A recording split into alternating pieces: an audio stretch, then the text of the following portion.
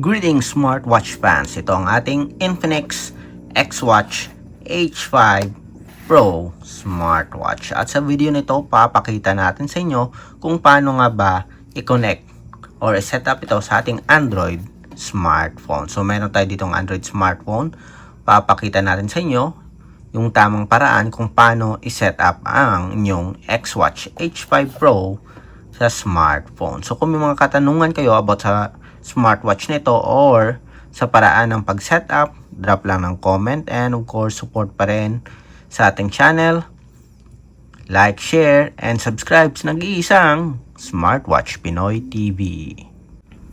Okay, so start na tayo. Set up na natin ang ating Infinix X-Watch H5 Pro sa ating Android smartphone. Kung napapansin nyo, nireset na natin yung ating smartwatch. At ito, meron tayong QR code.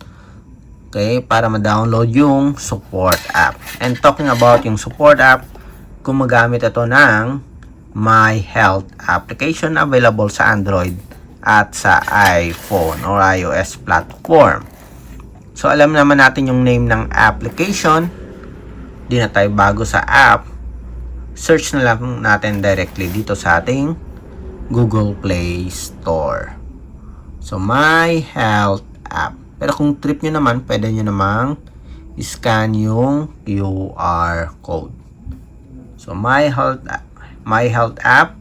Tap nyo install. Wait lang na ma-complete yung installation. So, 88.46 MB. So, very lightweight na application para sa ating Android smartphone. My Health app. So, hintay lang natin na ma-complete. Alright, sa 100% na tayo.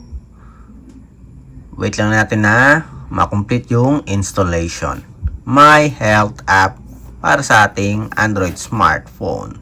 Para ma-set up ang Infinix X-Watch H5 Pro. And ito, complete na yung installation.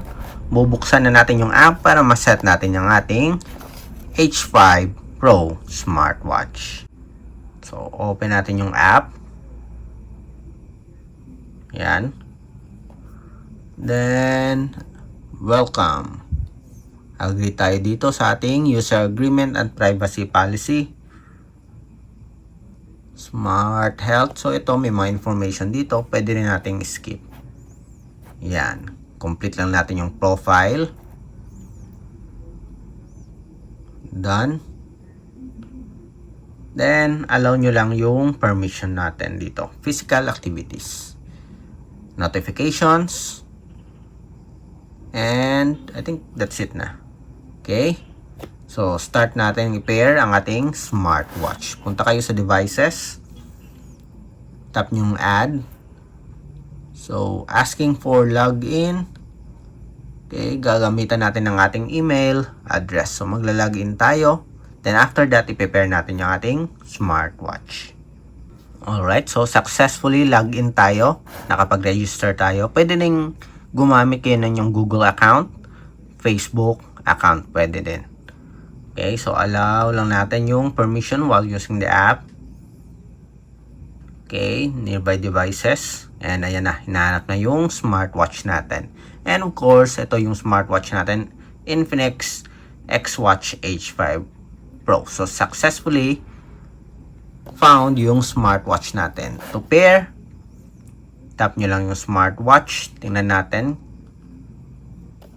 kung makaka-connect ang ating, yes, yan. Are you sure to bind? Tap nyo yung check. And, connected na tayo. Napapansin nyo may battery life tayo dito. Okay, allow natin for Bluetooth call. Do not disturb mode. Tingnan natin. Search. Yun. Connected tayo. So, very easy to pair. Yung medyo matagal lang yung sa sign up. Okay, or registration. So, kailangan nyo ng code to verify yung pag-set up. Okay, basic setup tayo. Push notification. Turn on. Hanapin nyo lang yung My Health app. Activate, allow. Okay, go back. Set nyo yung mga gusto yung apps. Yan, for notification. Then go back. So nakaset na yung push notification. Add tayo ng phone number. So sa phone number, so wala rito. Awake time, set natin to 20 seconds. Naset na natin sa 20 seconds. Okay, Bluetooth calling. Sync contacts. Add tayo ng phone number. I-add natin si Sam, si Kaloy. Import to watch. Sync completed. Pag nakapag-add tayo, meaning okay na okay ang ating Bluetooth call. And that's it. So very easy to pair. Napakadali lang setup. Mabilis yung download natin. Ito yung mga list of watch faces. Tingnan lang natin. Ito dito lalabas yung mga downloaded watch face. Ito naman yung mga available watch face para sa ating smartwatch. Medyo mga bagal nga lang yung pag-load. Possible yung sa internet natin. Yun. Okay. May issue talaga yung sa internet natin ngayon. Pero so far, na-check na natin to last time. Okay naman. Okay. Marami siyang options for watch faces. But anyway, successfully connected ang ating smartwatch sa ating Android smartphone. Okay, so kung may mga katanungan kayo, drop lang ng comment. And ganun pa rin, support our channel. Like and share ang nag-iisang Smartwatch Pinoy TV.